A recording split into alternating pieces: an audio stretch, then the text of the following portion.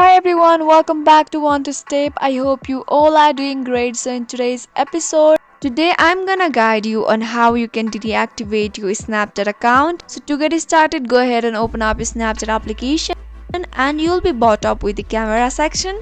Now in order to deactivate your Snapchat account, go ahead and tap on that little profile icon which is up here on the top left corner. Now go ahead and tap on the gear icon which is also represented as a settings. Once you tap on it, you'll be brought up with the settings of Snapchat. Now scroll all the way down until you see the support section. In the support section, go ahead and tap on I need a help.